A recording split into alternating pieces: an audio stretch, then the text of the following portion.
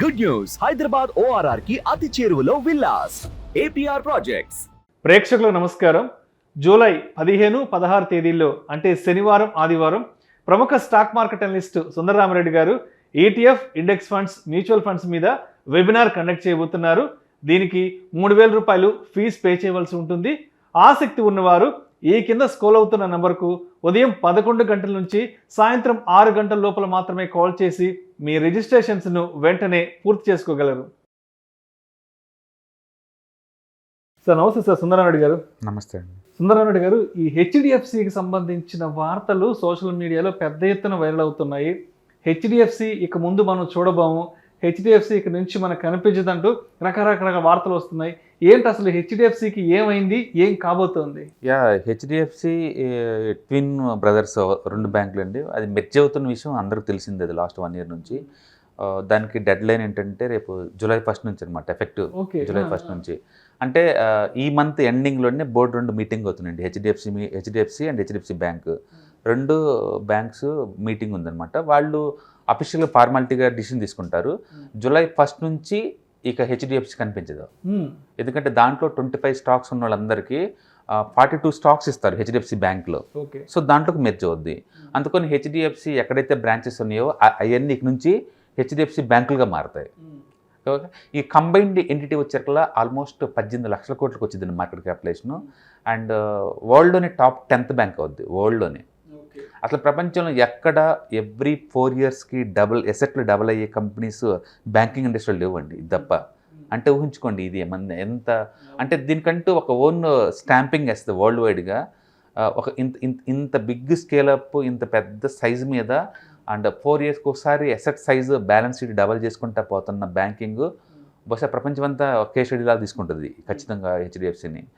And ఈ size పెరగడం ద్వారా ఖర్చులు తగ్గుతాయి, మ్యాన్ పవర్ సేవ్ అవుతుంది. డెఫినెట్గా తక్కువ రేటుకి ఎక్కువ మందికి లోన్ ఇచ్చే ఛాన్స్ ఎక్కువ ఉంటుందన్నమాట. ఏదన్నా ఒక ప్రపంచ బ్యాంకులకి ధీటుగా ఇండియా నుంచి ఒక ఆన్సర్ అనమాట. మా దగ్గర కూడా వరల్డ్ క్లాస్ బ్యాంకులోనే ఉన్నాయి.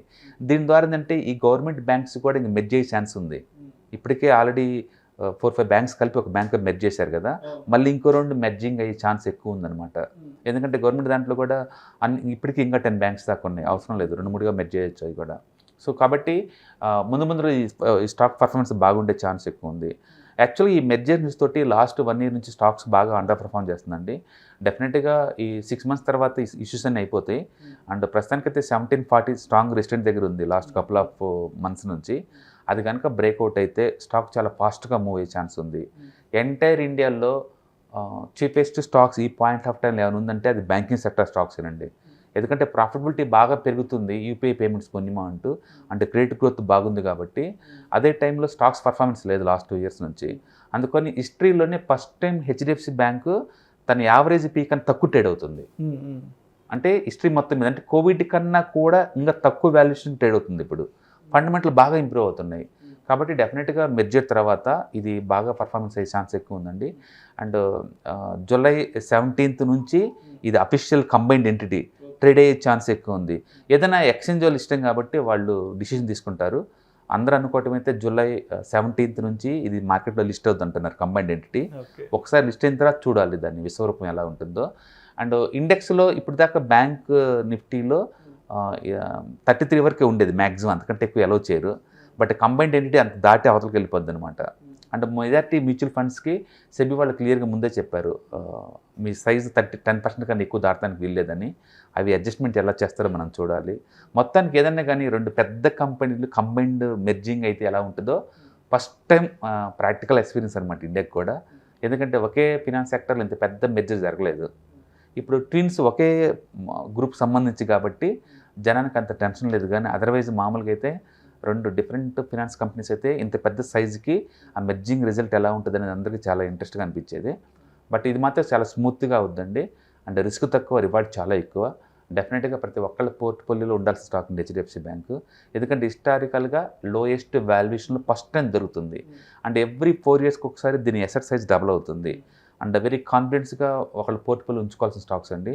అండ్ పెద్ద even small cap mutual funds కూడా HDFC బ్యాంకులో ఇన్వెస్ట్ చేస్తున్నారంటే మనం ఊహించుకోవచ్చు వాళ్ళు ఎంత కాన్ఫిడెన్స్ ఉంది బ్యాంక్ మీద అనేది. డెఫినెట్గా పర్ఫార్మెన్స్ బాగుంటుందండి, మంచి bank. Thank you sir, thank you so much. HDFC మీద వస్తున్న వార్తలకు సంబంధించి మీ విశ్లేషణ మన ప్రేక్షకులకు చక్కగా వివరించి థ్యాంక్ యూ సో మచ్.